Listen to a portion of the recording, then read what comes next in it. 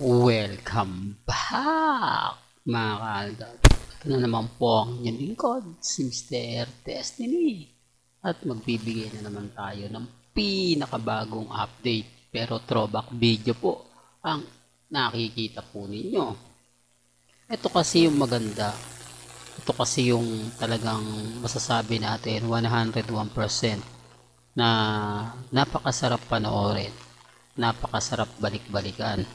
Especially sa mga taong na andyan sa Broadway na nakakapanood, nakakakita ng totoong galawan ni Alden Richards at ni Maine Fulkerson.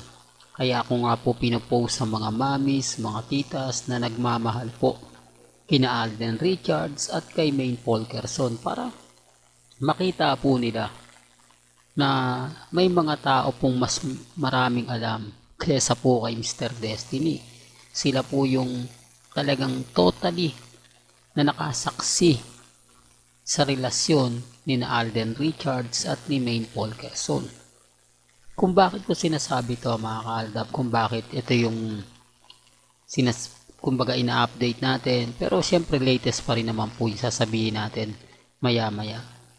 Pumupokus lang ako rito para po sa mga baguhan, sa mga kritiko ni Mr. Destiny, sa mga taong nagsasabi na kumbaga down daw tayo.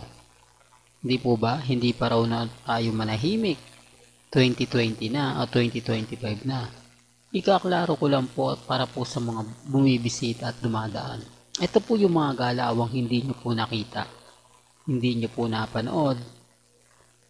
Dahil tapos na. Ang ibig kong sabihin, ito yung panahon na wala na eh. Hindi po ba? Yung tipong binura na po ng mga taong masasabi natin na nagmamahal po sa dalawa. Nagmamahal dahil kumbaga sila lang mga kaaldab, yung tipo na tama ka Mr. Destiny, kasi kahit anong sabihin namin, kahit anong paliwanag namin, wala naman talagang magbabago. Hindi po ba? Hindi naman lang pwedeng sabihin na lahat to inedit ko. Lahat yan gawa-gawa ko lang.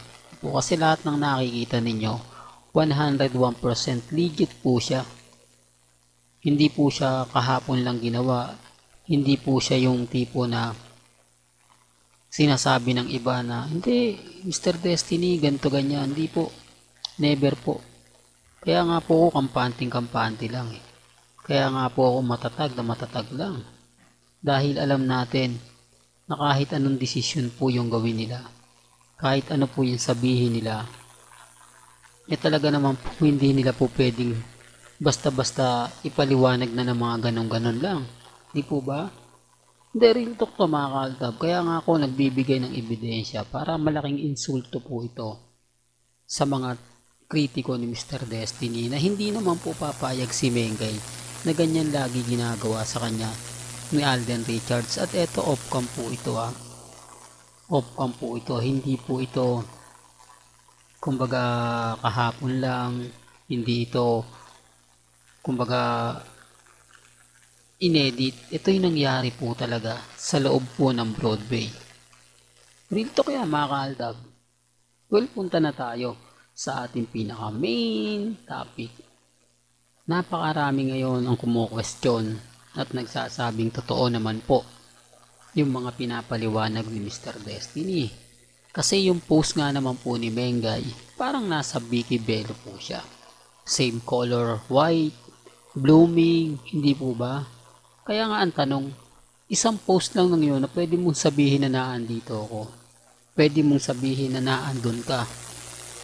Di po ba? Hindi, real to kaya mga kaaldab. Kaya nga nagulat na lang po ako dun sa mga taong nag-react sa akin.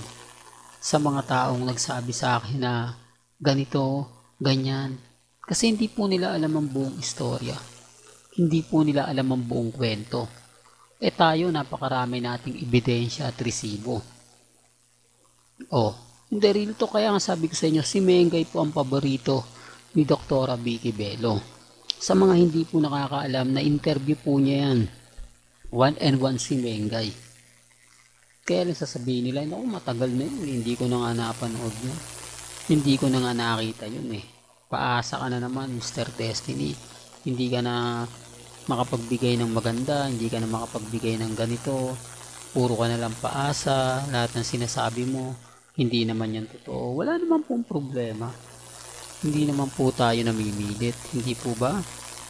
Ang sa akin lang po kasi, talagang kung ano lang naman po yung pinaka-latest, kung ano lang naman po yung pinaka-trending, yun lang naman po yung ihahatid natin.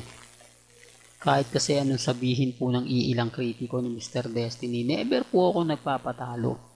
Never po tayong kumbaga hihinto. Kasi sa dami po ng mga fake news na kumakalat, sa dami ng sinasabing buhay pa yung cut din, sino may mas papaniwalaan po ninyo?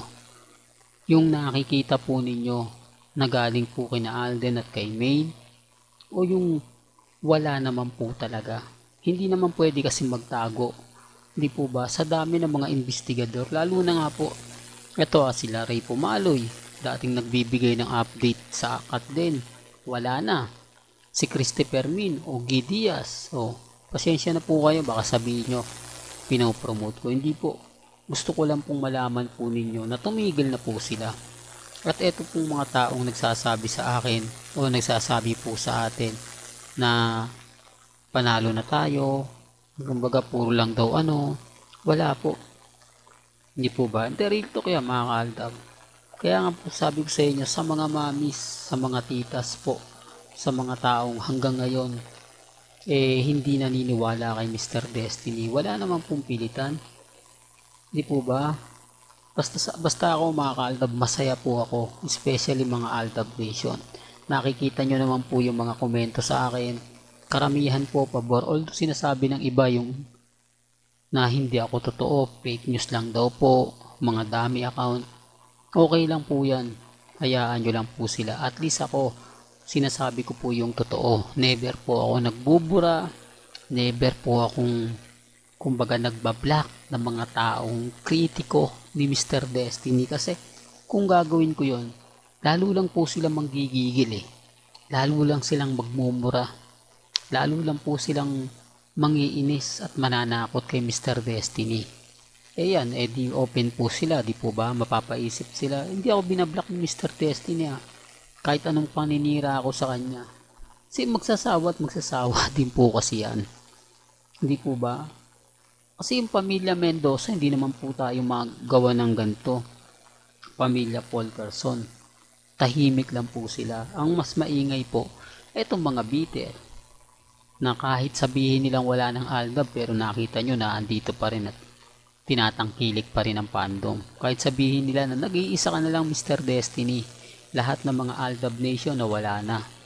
O lahat ng Aldab na nagbablog na wala na. Yung iba, iilan na lang, hindi pa pinapansin. Samantalang ikaw kung magpapalit ka ng ibang content, baka mag-trending ka pa. Diba? Maraming mga aligasyon na ganyan. Pero hindi ko po yan pinapansin. Sabi ko nga po sa inyo, mananatili po tayong matatag, mananatili po tayong kampante.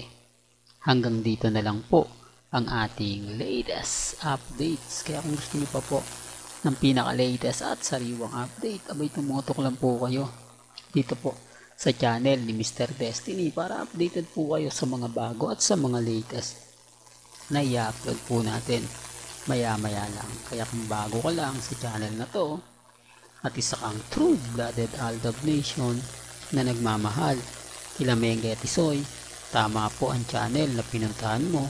Kaya consider na po kitang bagong subscriber. At huwag mong kalimutang i-share ang mga video po natin sa mga mami, sa mga titas, at sa mga senyor.